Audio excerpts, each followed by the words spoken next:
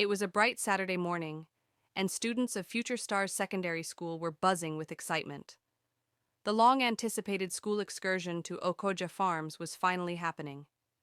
The farm, located on the outskirts of Ibadan, was known for its vast expanse of land, thriving livestock, and a mysterious old house that locals whispered about in hushed tones. The teacher in charge, Mr. Olumide, a man known for his calm demeanor and deep baritone voice, had organized the trip. He assured the students and their parents that the visit would be educational and safe. "We will learn about modern farming techniques and agro-business opportunities," he had said during the pre-excursion briefing. By 8 a.m., the school bus was packed with 30 excited students and a few other teachers.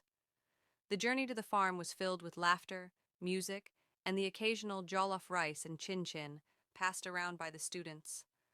When they arrived at Okoja Farms, the owner, Alhaji Mustafa, welcomed them warmly. The students marveled at the sprawling fields of maize and cassava, the fish ponds teeming with catfish, and the rows of poultry cages. It was a fascinating experience, and Mr. Olumide seemed pleased with how engaged the students were. As the sun began to set, Alhaji Mustafa suggested they visit the old house at the edge of the farm.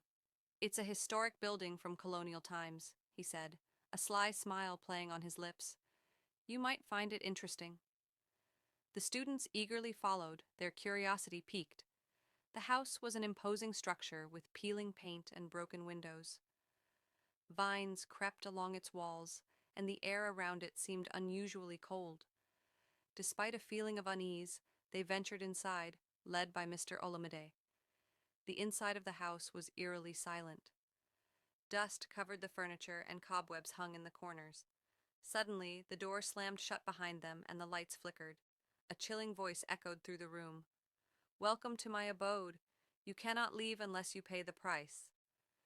Panic set in as the students screamed and tried to open the door, but it wouldn't budge.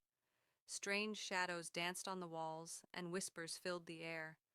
Some students began to cry, while others clung to their friends in fear. Amid the chaos, Mr. Olumide stood oddly calm. "Everyone, stay together," he said, his voice steady. "Let me speak to the spirit." He stepped forward and began to speak in a language none of the students understood. Suddenly, the shadows retreated and the door creaked open. The students rushed out, gasping for air. They turned to thank Mr. Olumide, but his expression was unreadable. As they made their way back to the bus, one of the braver students, Saad, asked, "Sir, how did you know what to say to the spirit?" Mr. Olumide hesitated, then gave a wry smile. "Sometimes it's best not to ask too many questions."